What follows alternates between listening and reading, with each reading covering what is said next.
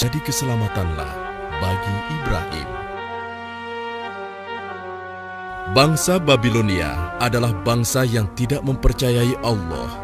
Mereka justru menyembah bintang-bintang.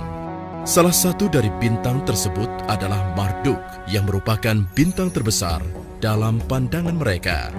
Para imam membangun kuil suci bagi Marduk. Selain Marduk, mereka juga menyembah Namrudz, raja mereka. Siapakah Tuhan kalian? Engkau, wahai Namrudz yang agung. Siapakah Tuhan kalian? Engkau, wahai Namrudz yang agung. Siapakah Tuhan kalian? Engkau, wahai Namrudz yang agung. Bagus. Kalian orang-orang yang cerdas. Akulah Tuhan sekalian alam. Demikianlah keangkuhan seorang Namrudz. Ia merasa besar dengan kekuasaannya, dan ia benar-benar mengangkat dirinya sendiri menjadi Tuhan yang perintahnya harus ditaati. Sampai pada suatu ketika dalam sebuah pertemuan agung dengan para peramal, salah seorang di antara mereka menyampaikan, Yang mulia, sebagaimana yang kami lihat dari posisi bintang-bintang, di negeri ini, tahun ini, akan lahir seorang bayi yang akan mengajak rakyat kepada agama baru yang akan meruntuhkan kerajaanmu. Berhati-hatilah, Yang mulia. Apa yang dikatakannya benar. Sebaiknya Yang Mulia segera mengambil tindakan. Baiklah, aku percaya. Mulai saat ini, semua bayi laki-laki di Babilonia harus dibunuh. Semuanya. tanpa pikir panjang, Namrudz mengambil keputusan yang sangat mengerikan. Serta-merta, ia mengerahkan seluruh tentaranya untuk membunuh semua bayi laki-laki di Babilonia. Sementara itu, di sudut kota Babilonia, tinggallah seorang pembuat patung terkemuka bernama Azar. Ia sangat terpukul mendengar perintah Raja Namrudz, Tuhannya selama ini. Dikarenakan istrinya tengah hamil tua dan tinggal menunggu waktu untuk melahirkan anak pertamanya. Wahai istriku, sungguh aku takut tentara Namrudz akan menemukan engkau dan membunuh anak kita yang akan terlahir nanti. Demi Marduk Tuhan kita, aku akan membawamu keluar dari sini. Kita harus bersembunyi hingga keadaan aman. Oh, baiklah. Kalau begitu, aku akan bersiap-siap. Wahai Namrudz yang agung, semua bayi laki-laki di negeri ini telah kami bunuh tanpa kecuali. Bagus. Namrudz demikian puas mendengar laporan tentaranya. Dia merasa aman sekarang. Tahun demi tahun pun berlalu. Anak Azar yang telah disembunyikan itu telah tumbuh menjadi anak yang kuat dan cerdas. Ia bernama Ibrahim. Suatu ketika, Ibrahim bertanya kepada ibunya, Ibu, tahukah engkau siapa Tuhanku? Ya ampun, kenapa dia bisa bertanya seperti itu? Akulah Tuhanmu, nak. Lalu Tuhan ibu siapa? Tuhan ibu, sudah pasti ayahmu. Kalau begitu, Tuhan ayahku siapa? Ibrahim, kenapa kau bertanya seperti itu? Tentu saja Namrudzlah Tuhan ayahmu. Lalu Bu, siapa Tuhan Raja Namrudz? Ya Tuhan, bagaimanakah aku harus menjawabnya? Jangan-jangan inilah anak yang dikhawatirkan oleh Raja Namrudz. Inikah anak yang akan mengubah agama dan kepercayaan masyarakat Babilonia? karena tidak puas dengan jawaban sang ibu, Ibrahim kecil pun keluar dari gua dan ia mencoba mulai mencari siapa Tuhannya. Malam pun datang. Saat itu bulan purnama bercahaya menerangi malam. Wow, inilah rupanya Tuhanku. Ibrahim kecil sangat kagum dengan bulan purnama itu. Sekali lagi ia yakin itulah Tuhannya. Tetapi tatkala pagi menjelang, Kenapa dia menghilang? Kemana sinarnya tadi? Dia pasti bukan Tuhan. Wow, ini pasti Tuhanku. Indah sekali. Besar dan sangat terang. Pasti dia kuat sekali.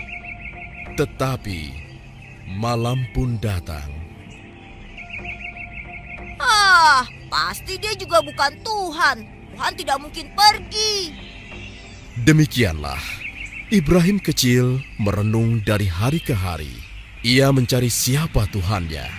Ia telah mengamati semua yang ada di alam ini, sampai akhirnya ia menyimpulkan bahwa Tuhannya adalah Tuhan yang menciptakan alam semesta. Dialah Allah yang Esa. Beberapa tahun kemudian, di usianya yang dewasa, Ibrahim pun diangkat menjadi utusan Allah. Beliau pun kembali kepada kaumnya di negeri Babilonia. Beliau pun memenuhi tugasnya menyeru manusia kembali kepada Allah.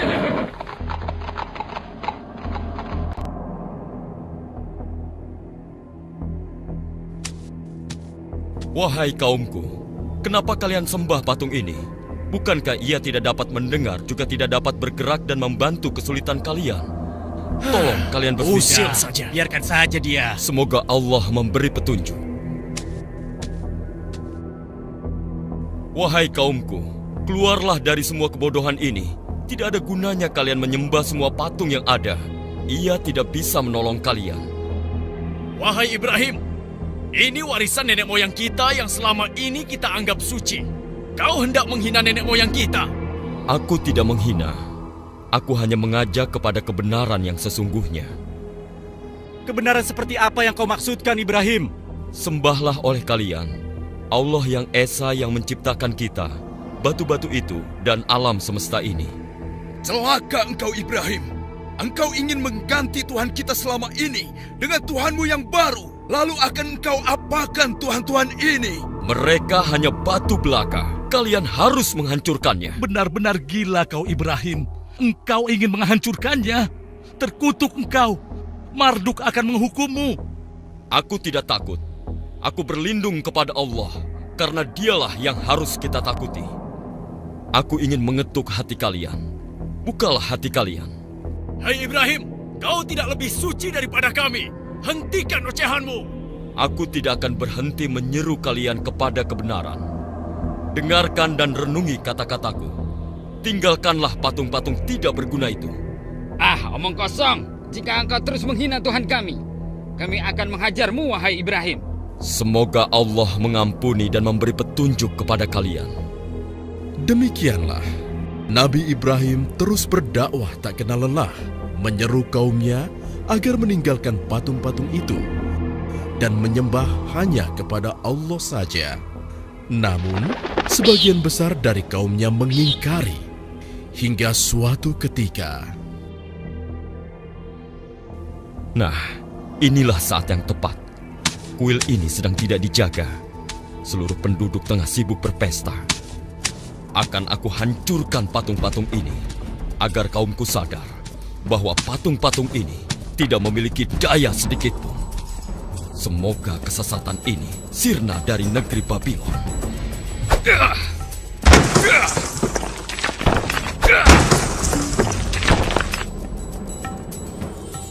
Nabi Ibrahim menghancurkan semua patung-patung milik kaumnya, kecuali berhala yang paling besar yang disebut Marduk.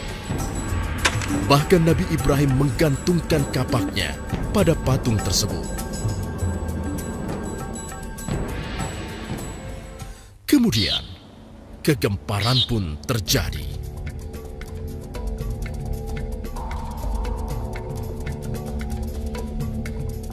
Apa yang telah terjadi di sini? Kenapa Tuhan-Tuhan kita hancur begini? Siapa yang melakukannya? Hanya Marduk yang tidak disentuh. Lihat, hanya Marduk yang utuh. Wahai Itsar yang agung, siapakah yang menghina engkau seperti ini? Mimpikah yang kita lihat ini? Celakalah kita semua. Siapa yang melakukan ini? Jangan-jangan Ibrahim. Karena hanya dia yang berniat melakukan hal ini. Kita seret dia ke sini. Betul. Seret saja dia. Ayo seret. Seluruh penduduk negeri Babilonia gempar. Mereka marah, tidak menerima kenyataan yang ada. Dan mereka sepakat kemarahan itu harus ditumpahkan. Hei Ibrahim, Pasti engkau yang telah melakukan ini semua. Mengaku sajalah. Mengapa kau tuduh aku? Mengapa tidak yang lain? Jangan mengelak kau, Ibrahim. Hanya kau yang memiliki niatan seperti itu. Apakah kalian sudah menanyakan pada sosok yang memegang kapak? Kau sudah gila. Mana bisa dia berbicara? Apalagi bergerak menghancurkan patung yang lain. Nah, apabila mereka tidak dapat bergerak, apalagi menolong dirinya sendiri, mengapa kalian masih menyembahnya? Jangan ceramahi kami, Ibrahim. Aku hanya ingin menyadarkan kalian, menyelamatkan kalian dari dosa dan kesesatan ini. Tidakkah kalian menyadarinya? Para pendeta dan penduduk tidak dapat membantah ucapan Nabi Ibrahim.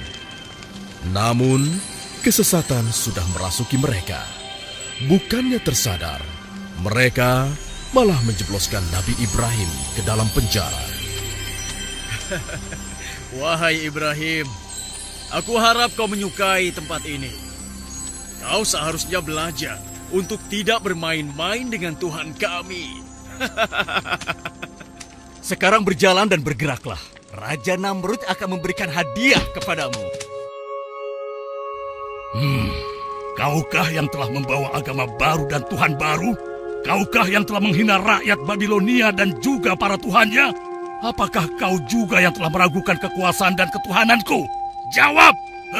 Aku hanyalah seorang utusan Allah, dan aku hanya menyeru kepada kebenaran yang diperintah oleh Tuhanku.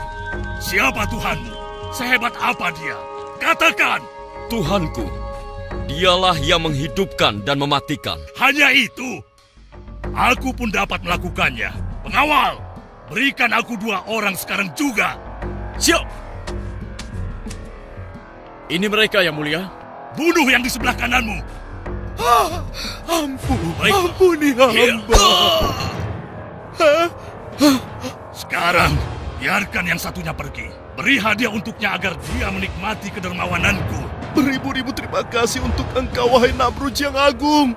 Engkaulah Tuhan kami. Saksikan itu, Ibrahim. Aku bisa memberikan hidup kepada seseorang dan mengambilnya dari orang lain. Kini coba kau terbitkan matahari di sebelah barat, sebagaimana Tuhanku telah menerbitkannya di sebelah timur setiap pagi. Kau masih juga meragukan ketuhananku. Beraninya kau menghinaku, Ibrahim.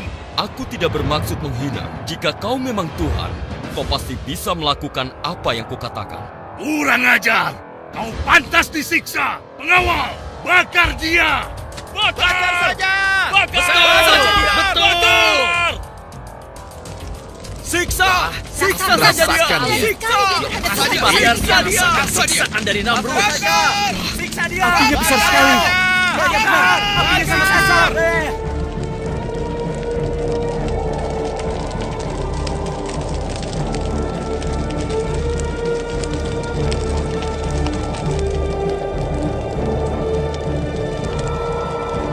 Ya Allah, aku berserah diri kepadamu. Engkaulah pelindungku di dunia dan di akhirat.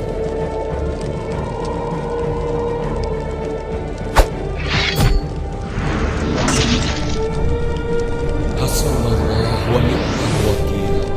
Ni'mal maula wa ni'mal nasir. Wahai api, menjadi dinginlah dan menjadi keselamatanlah Nabi Ibrahim.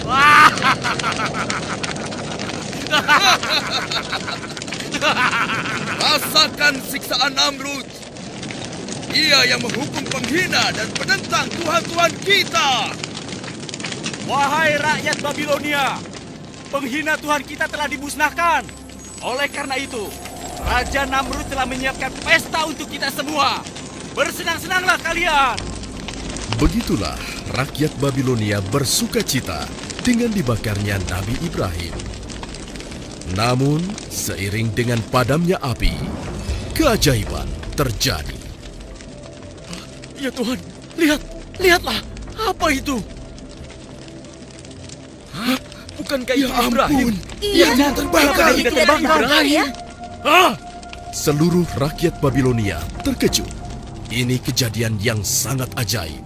Meskipun demikian, masih saja sebagian besar dari mereka mengingkari kebenaran yang dibawa oleh Nabi Ibrahim.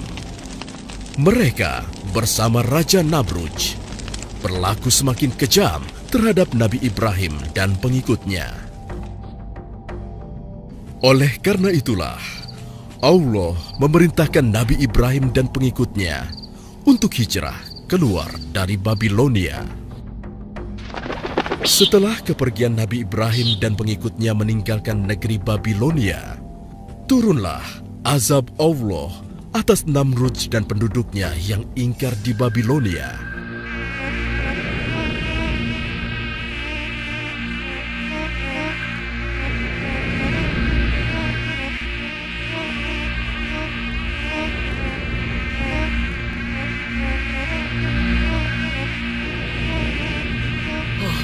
Datang dari mana ini? Kurang ajar. Pengawal, tutup semua pintu. Jauhkan binatang ini dariku. Cepat, tutup semua pintu.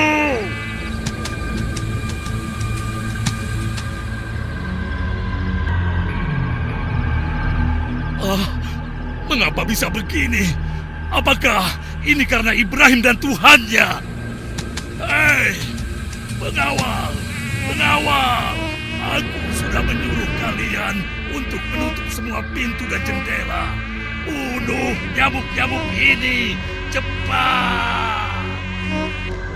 Raja Namrudz berteriak-teriak seperti orang kesurupan. Dia harus menghadapi serangan nyamuk, binatang kecil yang menjadi sangat berbahaya pada saat itu. Pengawalnya kebingungan, tidak mampu berbuat apa-apa.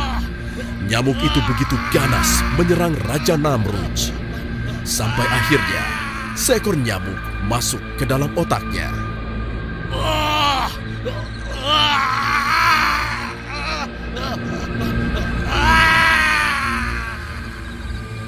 Demikianlah, Raja Namrudz yang congkak dan sombong mati dengan cara yang mengenaskan. Seekor nyamuk dengan izin Allah Subhanahu wa Ta'ala masuk ke dalam otaknya dan mengakhiri hidupnya yang penuh dengan dosa. Semoga Allah Subhanahu wa Ta'ala melindungi kita dari perilaku yang serupa dengan Raja Namrudz.